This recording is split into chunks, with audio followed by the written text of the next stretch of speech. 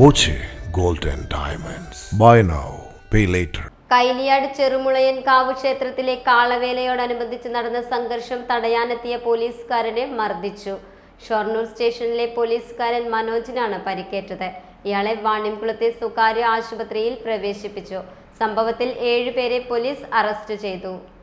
വേമ്പലത്തുപാടം കൈലിയാട് സ്വദേശികളായ C Ajith, KR Rahul, V Sreeraj, K Rajesh, K Naveen, A Ratheesh, PT Jishnu എന്നിവരെയാണ് police arrest ചെയ്തത്. സംഭവത്തിൽ 25ഓളം പേർക്കെതിരെ കേസെടുത്തിട്ടുണ്ട്. തിങ്കളാഴ്ച വൈകിട്ട് കൈലിയാട് വെച്ച് വേമ്പലത്തുപാടം വേല കമ്മിറ്റിക്കാരാണ് പോലീസുകാരനെ മർദ്ദിച്ചതെന്ന് പോലീസ് പറയുന്നു.